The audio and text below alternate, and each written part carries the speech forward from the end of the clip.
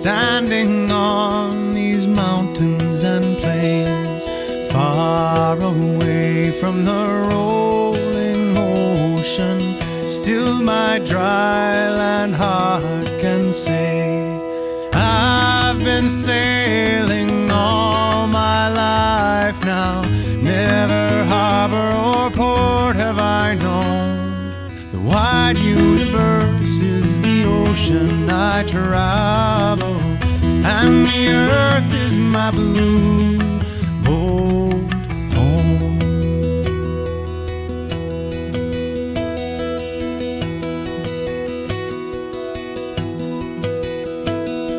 Sun, my sail, and moon, my rudder, as I ply the starry sea, leaning over the edge in wonder, casting questions into the deep, drifting here with my ship's companions, all we kindred pilgrim souls, making our way by the lights of the heavens in our beautiful blue boat home.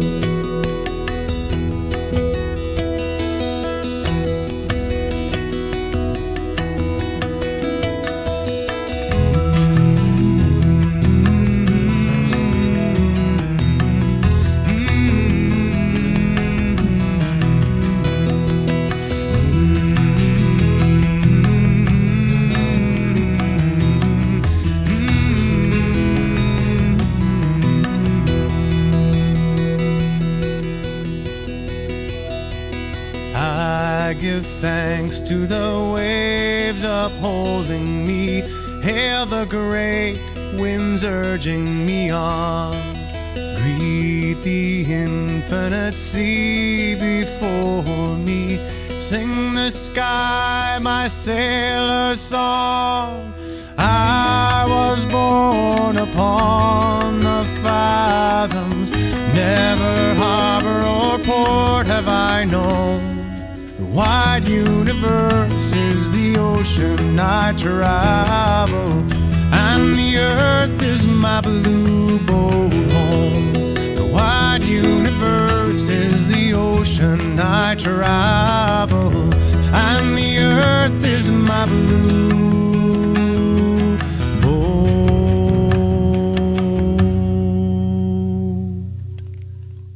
home.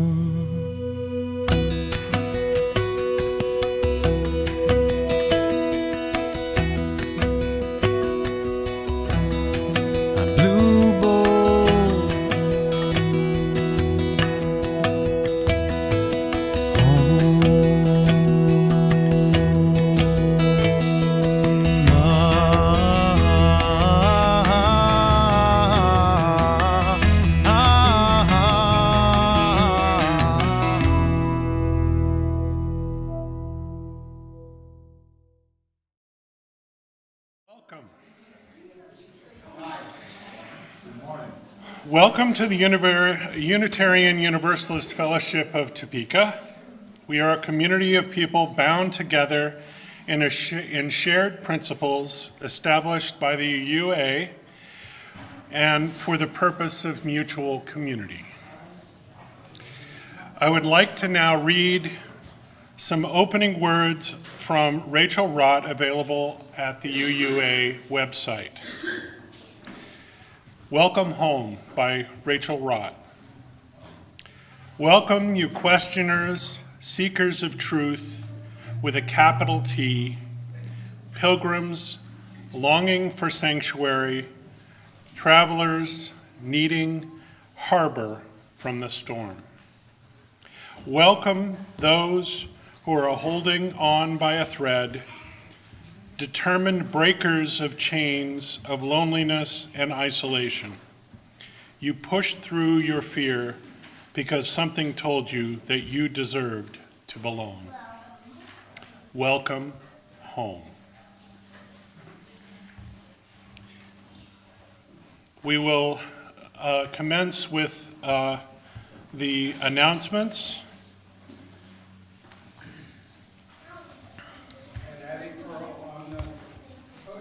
Yes. Hi, Ed. What are we doing up here, Eddie? Oh, careful. Got it.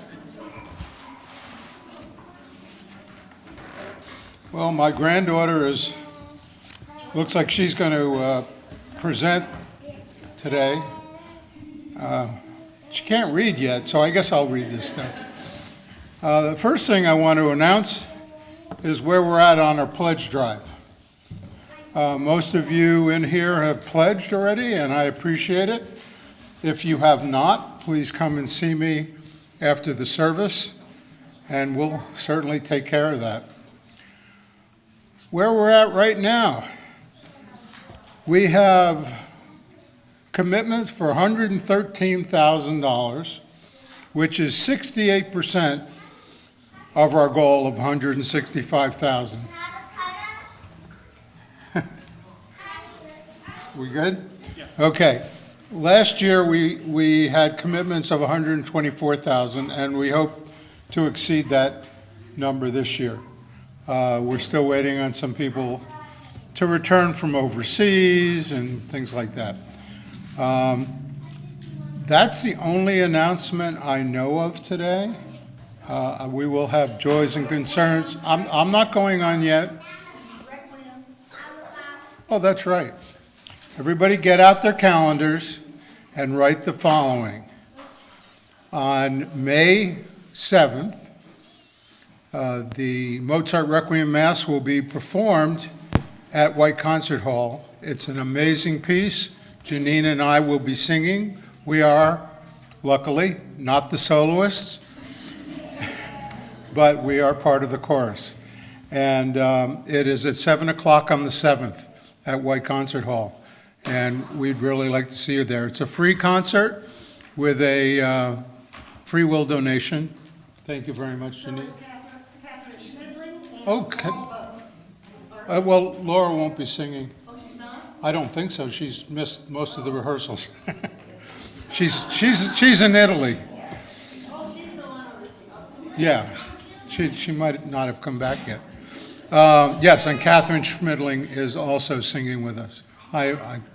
Catherine, wherever you are, I regret the omission. Any other announcements? And let's not fight for the microphone.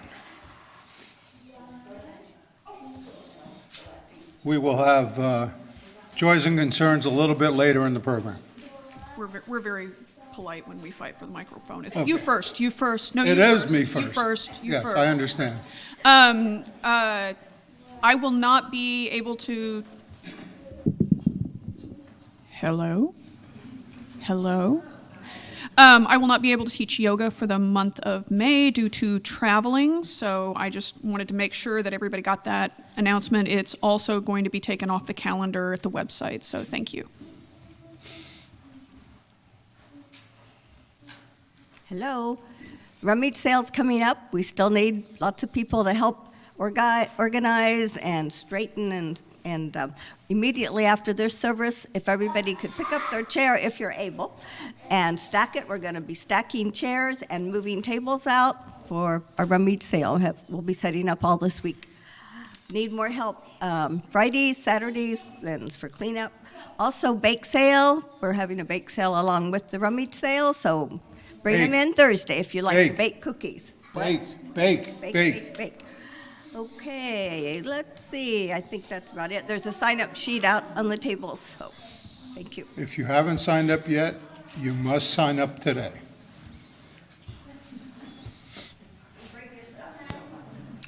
Hi, my name is Walt Racker. As many of you know, today is Shakespeare's birthday, and it also happens to be the anniversary of his death, for whatever that's worth.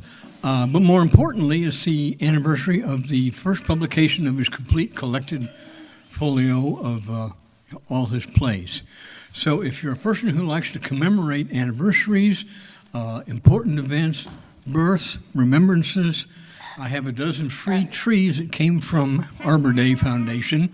So see me afterwards. You can get a free tree, instructions on how to plant it, and just look for me afterwards. Thank you.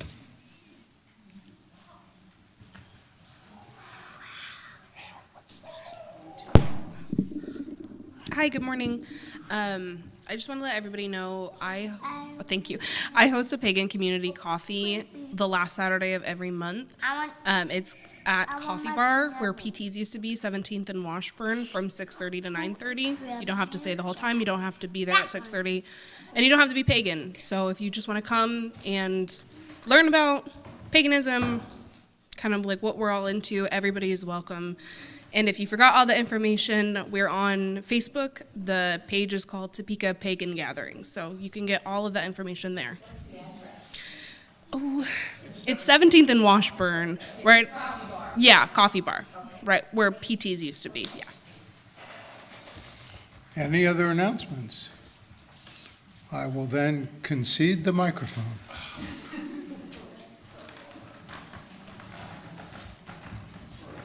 Thank you, David. Okay. The chalice lighting today, I will now read a poem by Hanna Senish, a Hungarian Jewish resistance fighter and poet who was taken from us by the Nazis in 1943, unknowingly created a poem for the Earth Day and for all of us.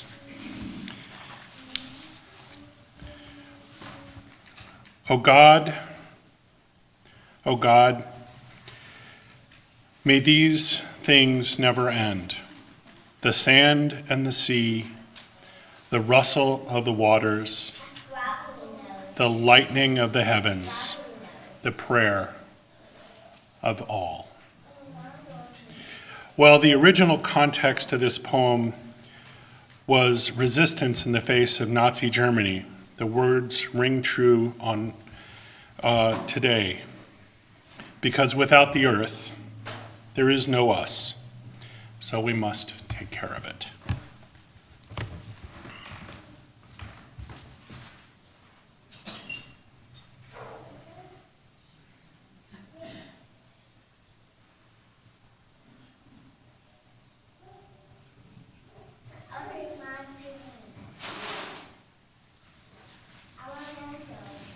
And with that, I would like to invite Micah Forstein to read the story for all ages. Unfortunately, Aaron is under the weather this morning, so Estella has volunteered to read the story. What? Do you want to use the? You should have told me how this works, Dad. I don't know what to do. Read the. Just grab this microphone right here. Grab the microphone. Here you go. You weren't exactly available, sweetie.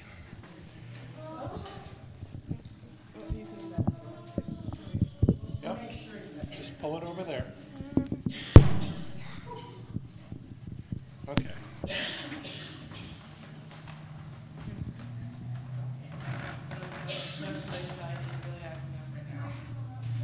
All right. How about I help you? Give me the microphone.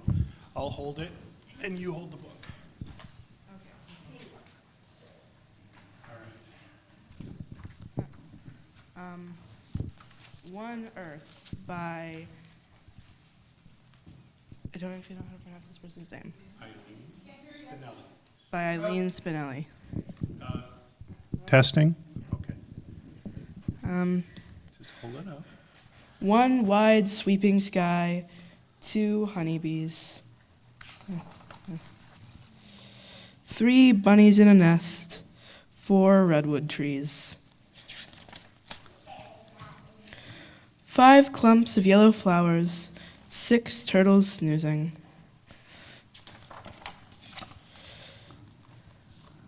7 dolphins in the sea, 8 seagulls crying.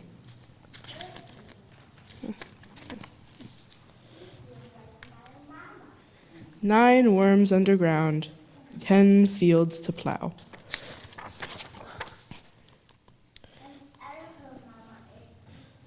Celebrating Earth, counting backwards now.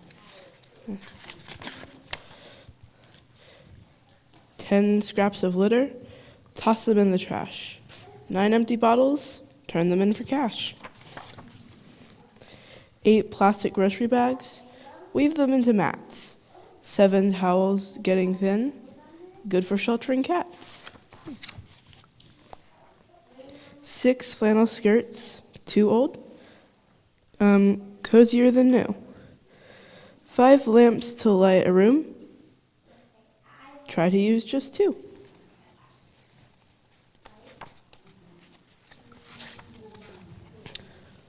4 pairs of socks with holes, you can learn to sew. 3 avocado seeds, plant and watch them grow. 2 broken bicycles, fixing can be fun. Almost finished counting, now we're down to 1. 1 moon. 1 sun, 1 earth. So beautiful. Remember, only 1. Thank you. Thank you, Stella. And with that, we'll sing the children out.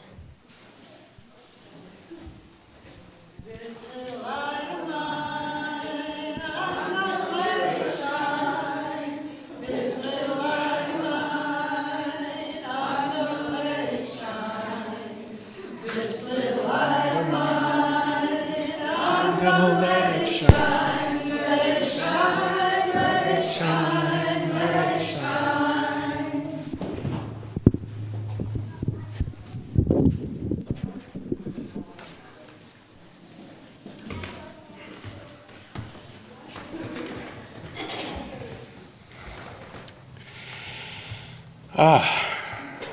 That was lovely. Okay. We need baskets. All right. Next, we'll do the offering. Janine? You receive, to you I give. Together we share, and by this we live. From you I receive, to you I give. Together we share, and by this we live. Thank you for your generous gifts. I reverse things today. Today we have concerns and joys. Okay. Russell Burton. Okay, we'll get to him. Russell Burton is at home undergoing several surgeries for his back and neck. This after he was set to go on an extended RV adventure. He bought a brand new RV, he's all ready to go, and then ran into all these physical roadblocks. Very sad. However, he's got more sadness. It's the 6-month anniversary of the murder of his fiancée. And he's struggling with pain from the surgery and loneliness, as you well might imagine. You might consider a call, a visit, or a card. He is at home. And thank you, Walt, for that information. Cheryl Franklin's mother died this week. Cards are in order. Any other, well, we'll get to that. Here's some birthdays. Last week, we missed Chuck Fonz's. It was on the 21st. On the 25th, is that today? 2 days, okay. Marissa Manel. We all remember Marissa. I still wear a band to remind me of her. It will be my father's 103rd birthday. Yeah, but unfortunately he made it to 97. Well, fortunately, actually, very fortunately. My granddaughter Zoe Brown's birthday is also on the 25th. Lots of people on the 25th. And some of you may remember Nancy Clotesley. Anybody remembers Nancy? All right, she moved up to Chicago. Yeah. Her birthday's on the 26th. those are all the joys I have. Joys and concerns, please. I'm Robin. I go to a lot of auctions and estate sales and stuff. I just enjoy picking up stuff. And I went to one yesterday. I was just driving by and saw the sign. And as I walked into the house, there was a bunch of cats out on the front porch. And I thought, oh, nice woman, probably lived here. And I walked inside, and we were kindred souls. She had all kinds of wonderful books and had been involved in animal rescue and everything. And she passed away in December. And I just kind of wanted to say a remembrance for her. She seemed like I had such a connection to her, and I'd never known her in my life. So just in remembrance of Mrs. Judy H. McClinney, and hope for her little ones that are now kind of just running the neighborhood because nobody's there to take care of them. Thank you. As cats do. Yes.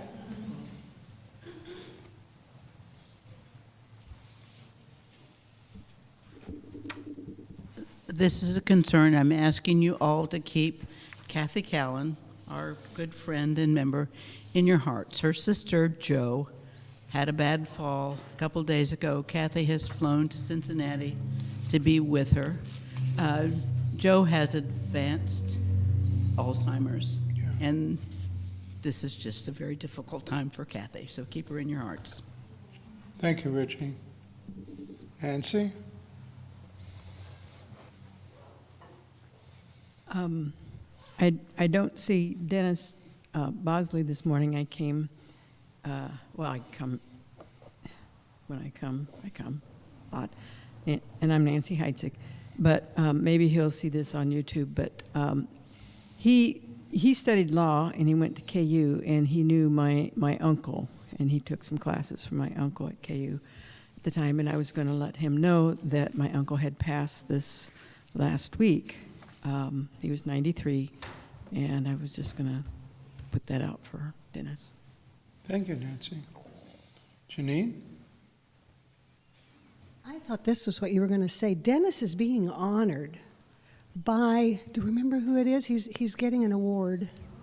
And it's also a fundraiser it's a breakfast. I think somebody put it on our Facebook page. Yes, Susanna did. Thank you, Susanna. So look on our Facebook page for when it is, and it is a fundraiser, but he is being given an award by.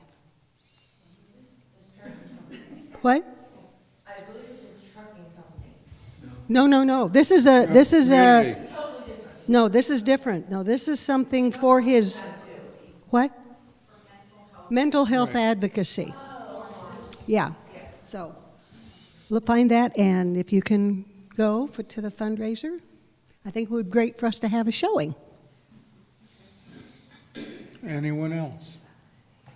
Again, I relinquish the microphone.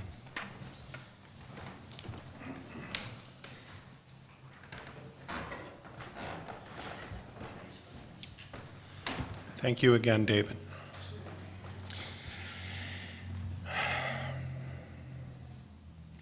Today, I bring you 3 different perspectives on the Earth in honor of Earth Day.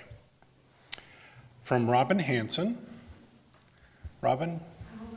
Oh. Cultural anthropologist and practicing pagan. Sam Boaz, a geologist and practicing cynic. And myself, a Junitarian and biomedical engineer. It is my hope that these reflections will give you insight into how complex the issues surrounding the Earth and our stewardship are.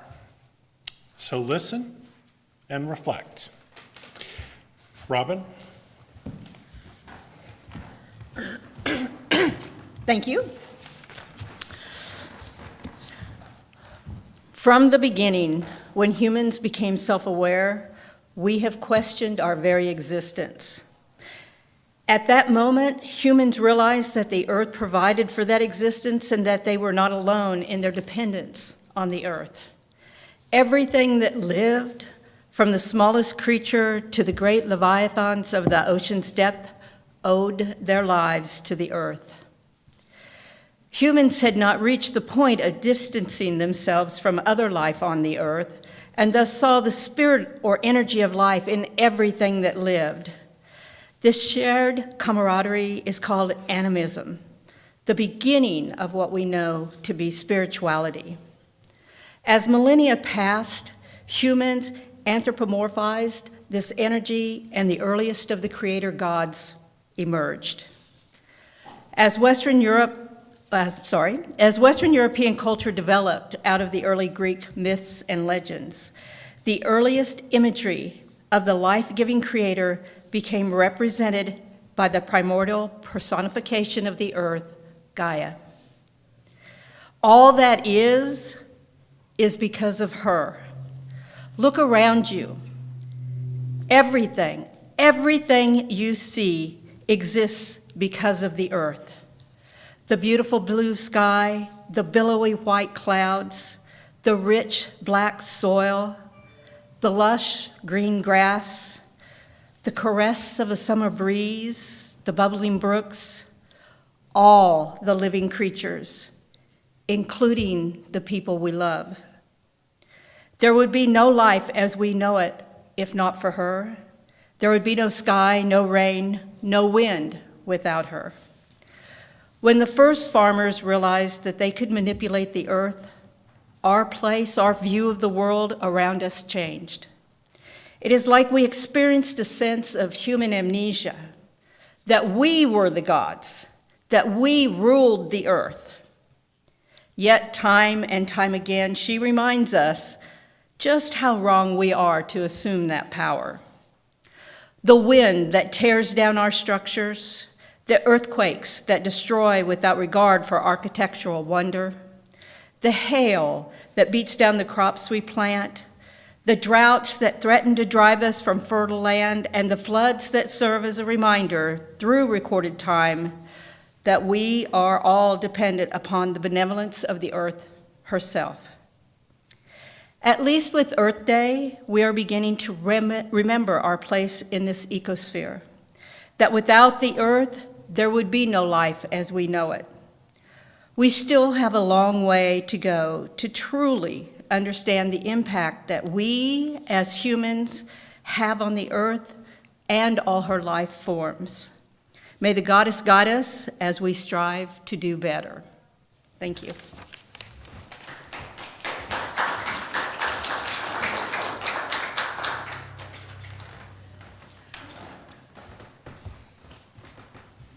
Thank you, Robin.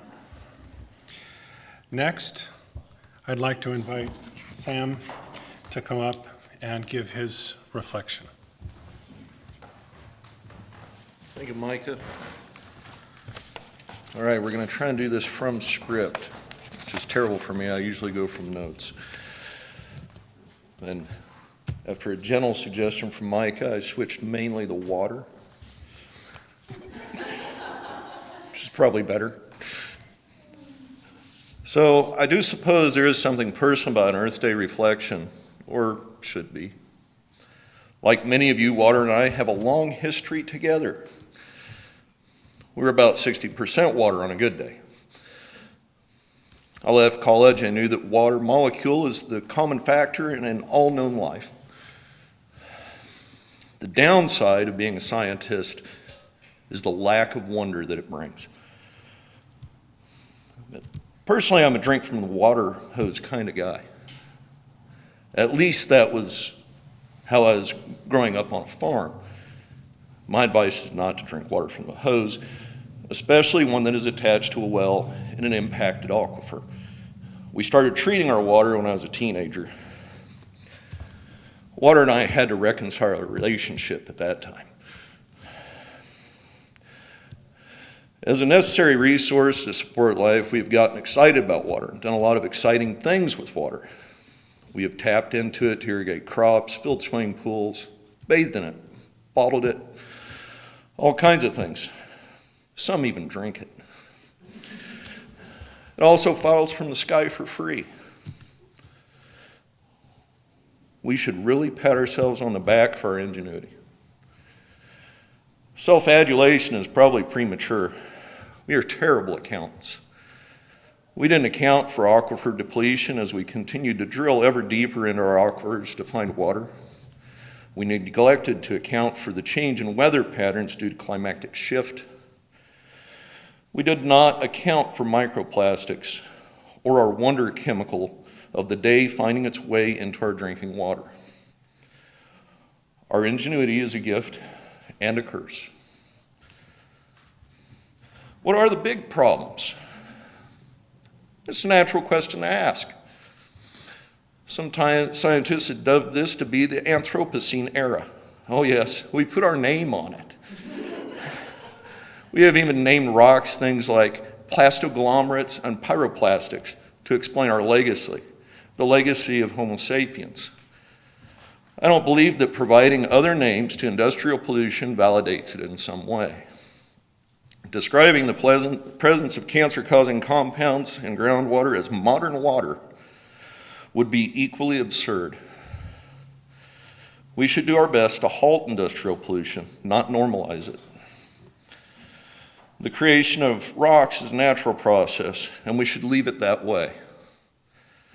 However, due to some turning up the thermostat ahead of schedule, the oceans have been deprived of their ability to absorb carbonate. That's right, that limestone outside was produced by the oceans regulating atmospheric CO2. If that's not bad enough, water expands as it increases in temperature. You may want to hold off on buying an oceanside cabana just now. Another issue is our latest group of wonder chemicals that we have yet to determine how to respond to. The scientific community has never used the term forever chemical before the group known as PFAS was determined to be an issue. We still do not have enough usable water to go around. So we turn to speaking of conservation and environmental protection.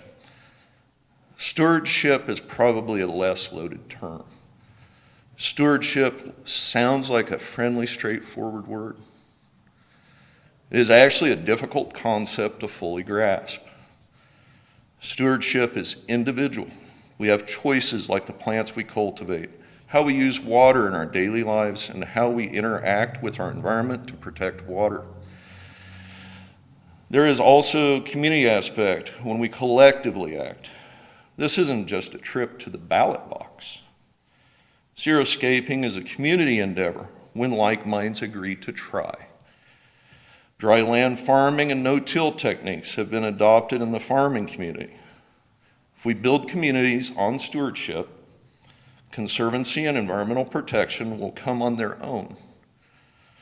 No public agency, law will ever stand a chance without a community that practices and values stewardship. There's practically no decision or action we make that will not affect water in some way.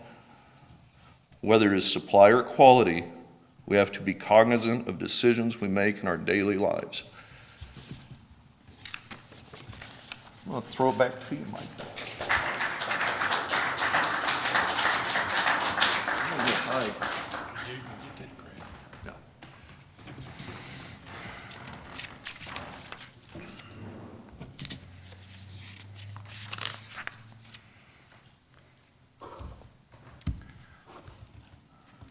Thank you, Sam. And thank you all for the opportunity to speak to you today on Earth Day. Growing up in Kansas, I felt I had a pretty good relationship with the Earth.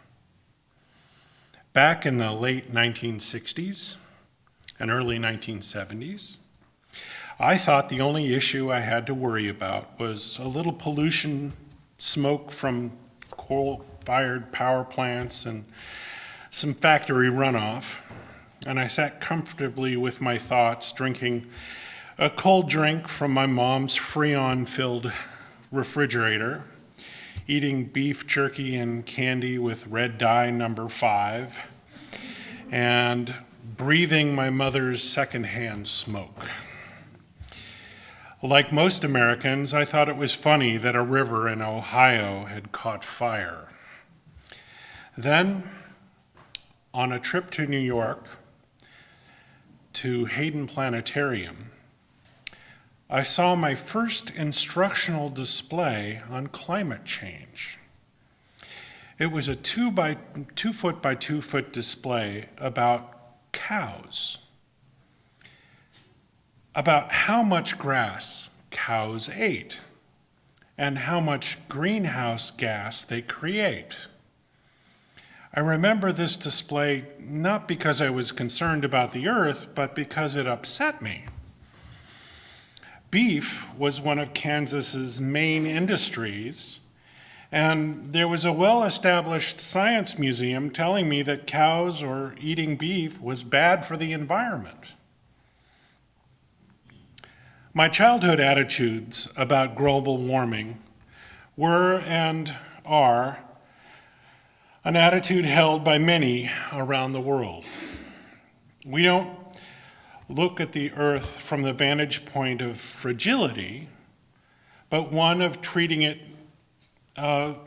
differently would interfere with our own life. It is not surprising that the attitude caused mankind to create products like Freon, which, although cheap and easy to use in a cooling cycle, like a fridge, is very bad for the ozone layer when they escape. If you want to know more about the effects, I would be happy to share them until your eyes glaze over. But trust me, it's not great. And even though it's been banned for years, we're still feeling the effects. Fast forward to the present day. Man-made climate change really isn't a debate anymore. Here it is, most of us due to a lack of imagination by the folks that created the products and created the industries that we worked very hard to create to make life better.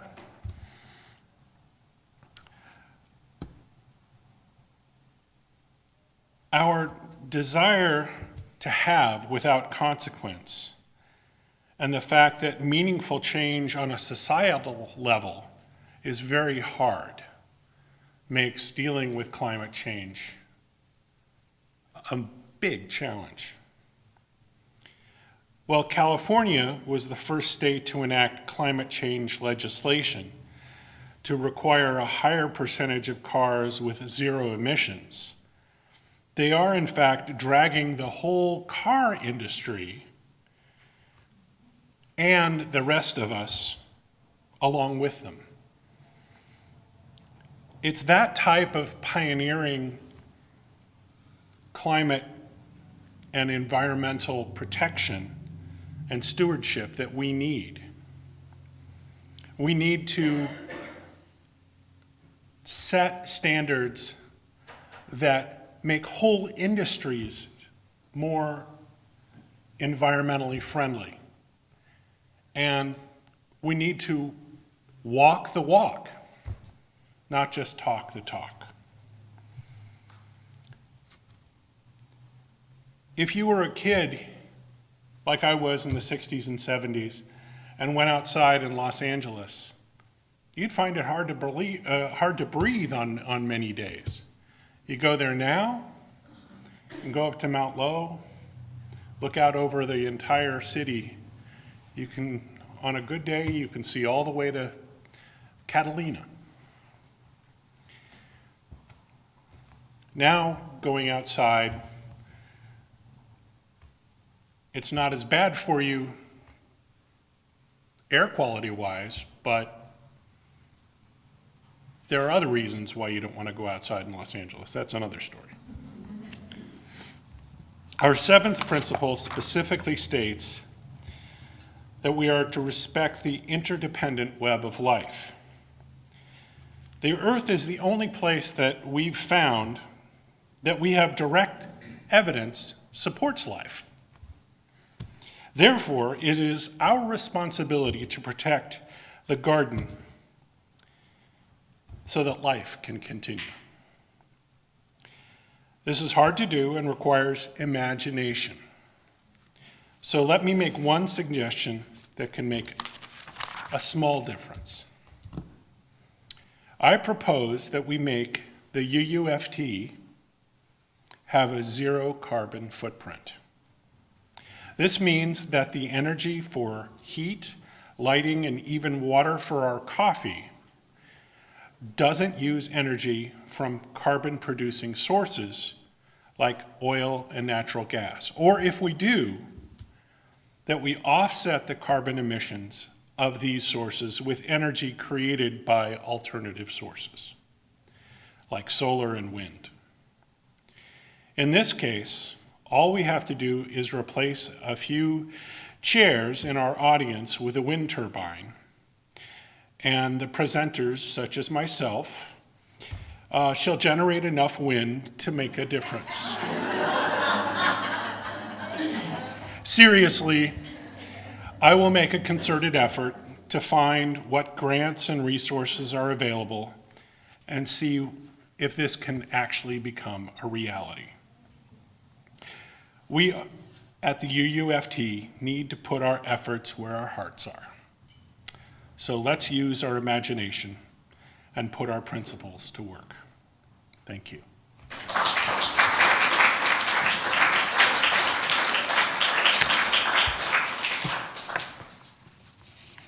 And I believe we have a closing, actually we have congregational dialogue.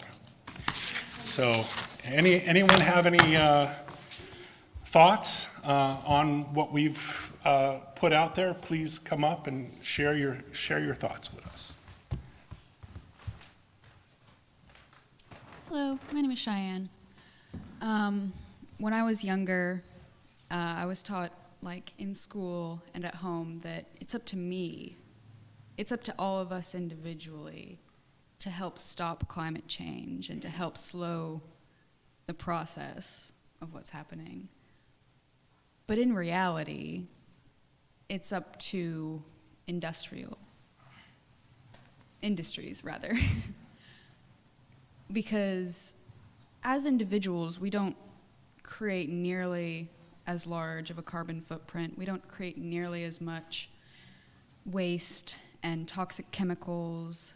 I mean, just look at the train derailment in East Palestine, Ohio.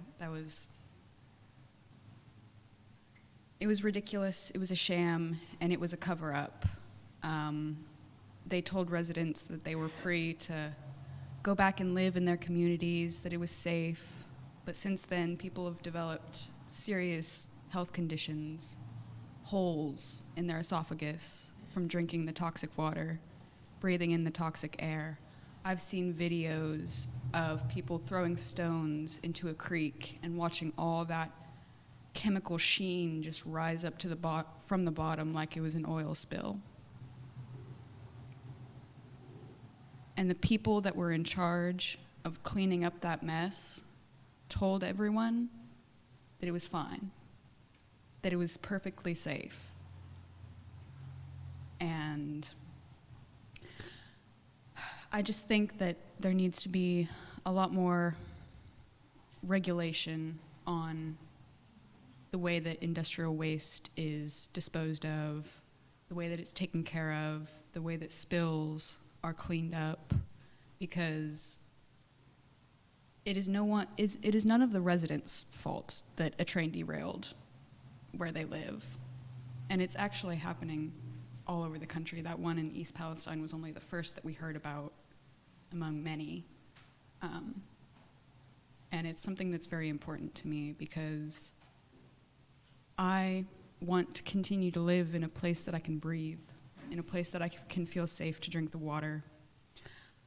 I want to feel safe in bringing children into this world when that time comes, but the way that the world is now, not sure I'm going to be having any kids because I wouldn't want to put another soul through the torment of living in the United States at the moment. So.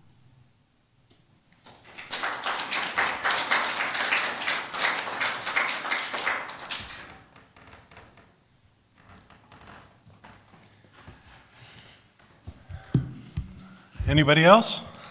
No? Sure. Yeah. I have a question since you're in the medical field as to what are some of the issues. We have so much progress and things that they can fix. Oh my God. Personally, I've experienced some of that. David did. That we couldn't, we're going to live longer, so we're going to use more stuff. But what is the effect of medical waste on the environment? Sure, that's a great question. So, like most other industries, we absolutely have to be responsible. A lot of medical development that the government requires industry to follow involves mitigating risks. And it's only a matter of time, I think, before the regulations, which get more and more complex and involved every year, actually employ responsibility required for the industrial wastes that are coming out of medical device factories, et cetera. It's inevitable that those types of things are eventually looked at and put into regulation and guidance, is what it's called. Hospitals as well. A lot of the stuff that is dealt with using a variety of processes, some of which are not very good for the environment. And, it's a matter of using our imagination, not just to make it cheaper, faster, better, but also ethically more responsible. So that's going to be, I don't know about you, but, ever since COVID, I've noticed, face masks everywhere. And the problem with having a face mask everywhere is that even though it's litter, a lot of us don't feel that comfortable picking them up because we don't know where they were used last, et cetera. So it becomes a little bit more difficult. And, that's something that all of us have to, consider in terms of how we deal with those types of things. So that's a great question. Anyone else? Come on up, Linda.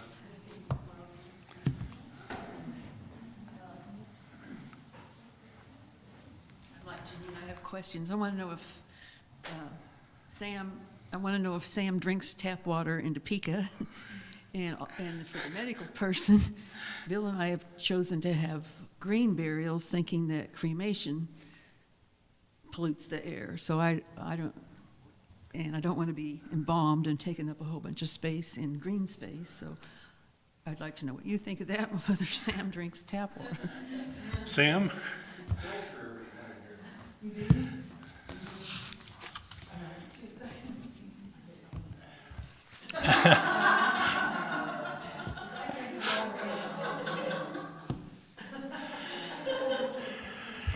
Not if I can help it.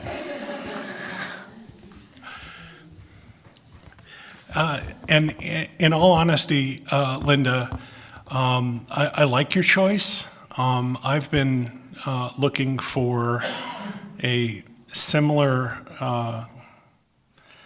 response in terms of my own, or a similar choice in terms of my own eventual demise. My disposal, yes. Because I don't like, cremation to me is, it's a solution that is, I guess you could say, kind of, it uses energy to make you much more compact, but I'm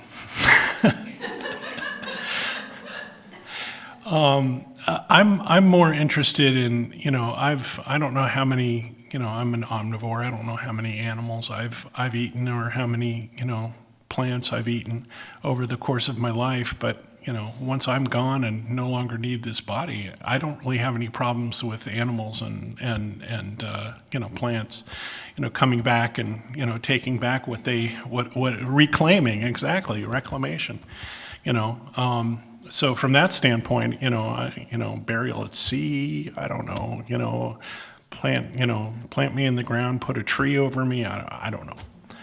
Haven't really thought that much about it, but, I commend your choices, definitely.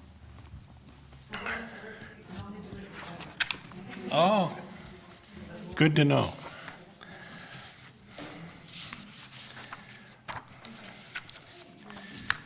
Yes.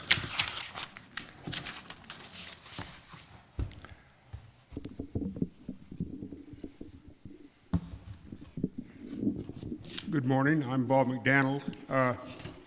Lots of thoughts, most of them negative, and most of them based on the fact that as humans, we don't pay much real attention to the world around us. It's easier not to. 40-some years ago, I stood at the podium in this building, and at that time we didn't have the podium, and I gave a speech in which I called it the snail-darter dilemma. And the snail-darter dilemma looked at how it is that we trade off what the environment needs, what the earth needs, for our own selfish gain. And we do it time and time again.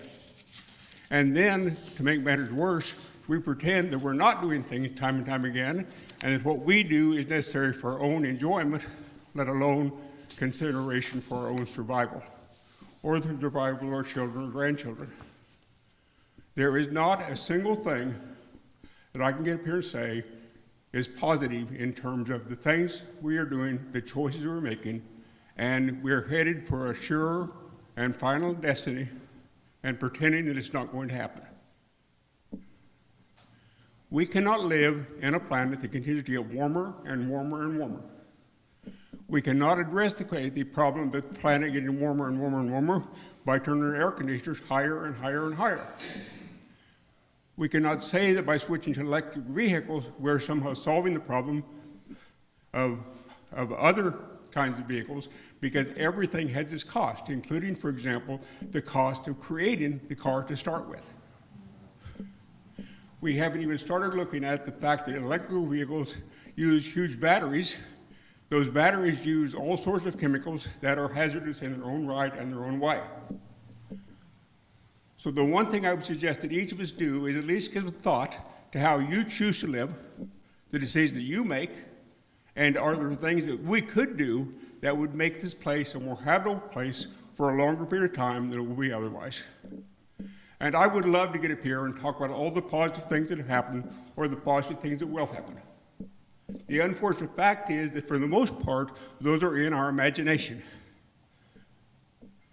And if you want to know what's really going on, simply read the newspaper and, for example, acknowledge that a year ago, the Kansas Water Office, which I spent 10 years as an employee, acknowledged for the first time that global warming was real.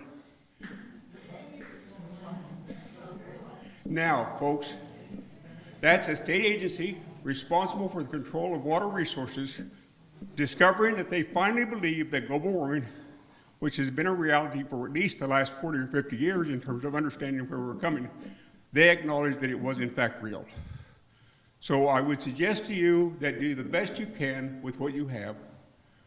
When people provide bullshit for you to take, question that bullshit, Don't believe what state government has to say.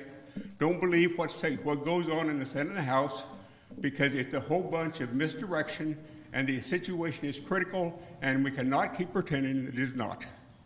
And I apologize for my comments. I'd be happy at some point to sit down with coffee, and you can explain to me why I'm wrong.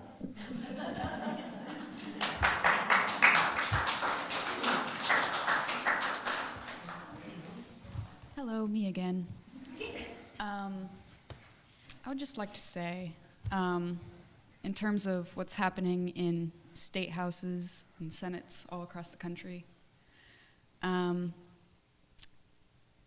government officials are putting on a big charade, I think. Let's ban drag performances. Let's take transgender youth away from their loving and caring parents. Forget about the climate crisis. This is what matters. Keeping our children safe from what? Drag queens? Because we're not protecting them from guns, from certain people in church who decide that these children are under my care, I can do whatever I want with them. I think it's ridiculous that we're so concerned about LGBTQ, what am I trying to say? I think it's so bizarre that government officials are so concerned about children's exposure to LGBTQ lives and so unconcerned that the #1 killer of teens and youth in the United States today is firearms. I've been hearing so much over the last week or two about some kid knocking on the wrong person's door and being shot. And that's more than just one story. I have heard 10+ stories of such things happening. There are real issues facing the world today, but the only thing that seems to be being talked about is transgender bills and drag shows and just a whole lot of nonsense that doesn't actually matter. These people are just trying to live their lives, and the government is trying to assert control over them for no good reason. And it really is just a false front for what's actually going on.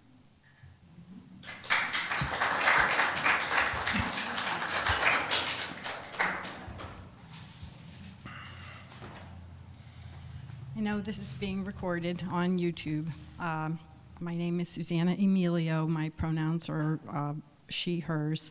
I want to acknowledge and thank Bob for sharing. I hear you and agree with you. I want to share something very uncomfortable. A family member for 2.5 years was in my home. He needed placement elsewhere, but systemically, it's not possible. I served as nurse, caretaker for him, and had to deal with vomit, urine, daily getting worse. I freaked out and resorted to very, very unhealthy practices for the environment. I went from using my wonderful bags at the store that I was so proud about. That went out the window. Every time we went to the store, I grabbed a handful of plastic bags because I needed somewhere to put the vomit. He's not in my home anymore.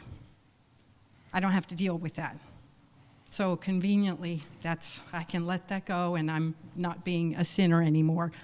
But I had to grapple with it, and I had to figure out, and I did figure out in the course of 2.5 years, it's better not to have to wash these sheets, these urine, packed sheets daily. Let's figure out another way how to deal with it. But I had to deal with it. And what my response to Bob, or my companion piece to what Bob was saying, is that kind of stuff happens too.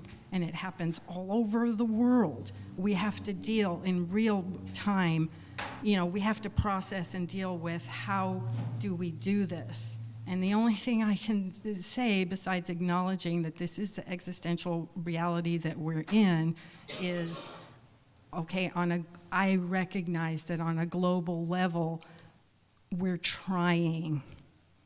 We have to try harder and support each other more, but we are trying. So I just wanted to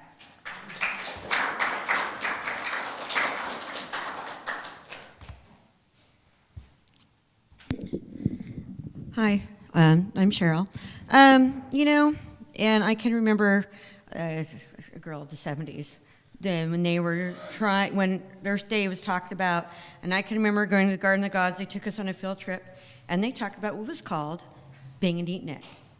You remember a neatnik? Basically, they were teaching us as kids, empowering us. When you see trash, pick it up, because we were talking about cleaning things up, and that I can remember. Hello. Yeah, I can remember this, okay? They were a kid of the 70s. And then in the 90s, there was kind of like this resurgence, this magical resurgence of, being more responsible for the earth and all of that.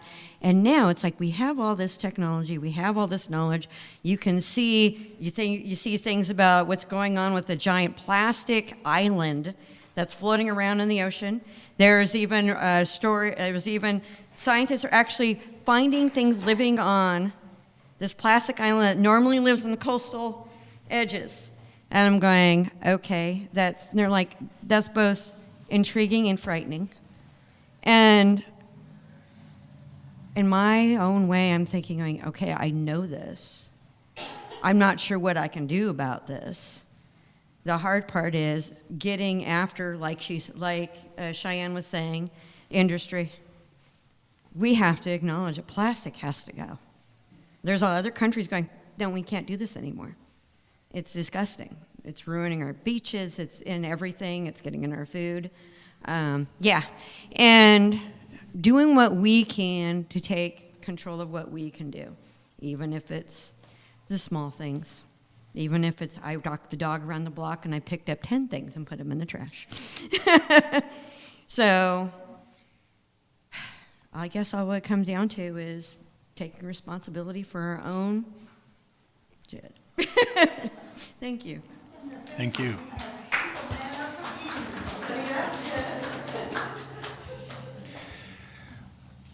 Janine, should we do the closing song or the chalice, extinguish the chalice first? Okay. Walt? To extinguish the chalice, I give you Walter Rack. Do you have it here? Okay. I inadvertently gave it away with the coloring packet. In his 1994 book, Pale Blue Dot, Carl Sagan comments on what he sees as the greater significance of the photograph. From this distant vantage point, the Earth might not seem of any particular interest, but for us it's different. Consider that dot. That's here, that's home, that's us. On it is everyone you love, everyone you know, everyone you ever heard of, every human being who ever was, lived out their lives. The aggregate of our joy and suffering, thousands of confident religions, ideologies, and economic doctrines, every hunter and forager, every hero and coward, every creator and destroyer of civilization, every king and peasant, every young couple in love, every mother and father, hopeful child, inventor and explorer, every teacher of morals, every corrupt politician, every superstar, every supreme leader, Every saint and sinner in the history of our species lived there on a mote dust suspended in a sunbeam. Thank you.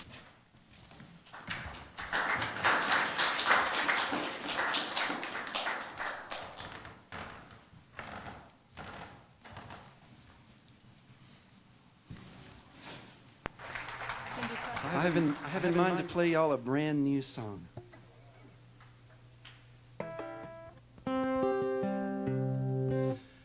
Well, pretty brand new anyway. Wrote it a couple of months ago, and we're just trying it out on people. We're still a little bit skittish about it, but so far people seem to like it pretty well, so we're practicing it up right here on stage before your eyes. I was thinking one night about the planet, and I was thinking about conversation that I had with a friend of mine down in Texas, Tom Noe, who has an interesting relationship to the cosmos. And I started thinking about gods and goddesses, and I started thinking, well, more about goddesses. My thought often wanders in that direction. Anyhow, but so I woke up the next morning with this song in my head, and it's not one I can take credit for having written. Like Dylan says, I just wrote it down. 25 minutes later, I had the whole thing. Played it for Tracy, and we went right out and played it in public. So we're getting better at it. It's kind of an eco-spirituality number. It's called The Gentle Arms of Eden.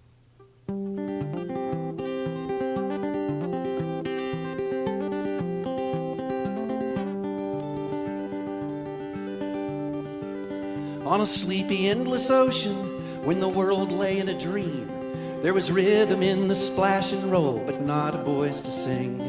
But the moon shone on the breakers, and the morning warmed the waves, till a single cell did jump and hum for joy, as though to say, this is my home, this is my only home, this is the only sacred ground that I've ever known. Should I stray in the dark night alone, rock me, goddess, in the gentle arms of Eden. Then the one shone bright and round her, till the one turned into two, and the two into 10,000 things, and old things into new. And on some virgin beachhead, one lonesome critter crawled, and he looked about and shouted out in his most astonished drawl, this is my home, this is my only home, this is the only sacred ground that I've ever known. Should I stray in the dark night alone, rock me, goddess, in the gentle arms of Eden.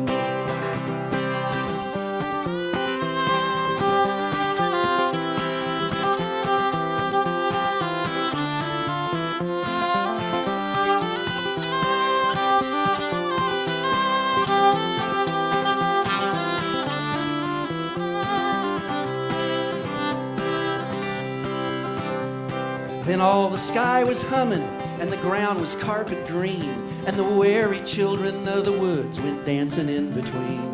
And the people sang rejoicing when the fields were glad with grain, this song a celebration from their cities on the plain. This is my home, this is my only home, this is the only sacred ground that I've ever known.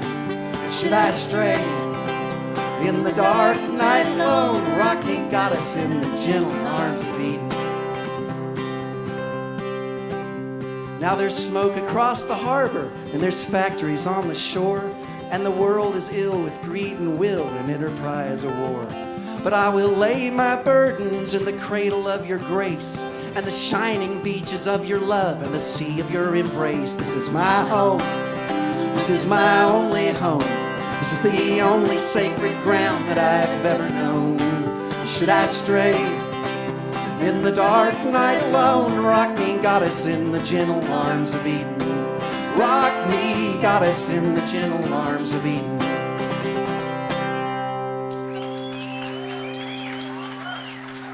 Thank you all very much. You're very kind. Thank you very much. Thank you so much. Now, I know that is, Jim, I know that is just about the most un-Cormac McCarthy song in the world, but You use to use this on Earth Day. You said he died? He died in 2002.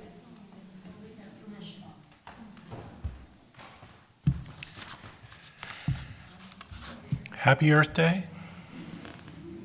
Go do something for the earth. Have a wonderful day and a good week.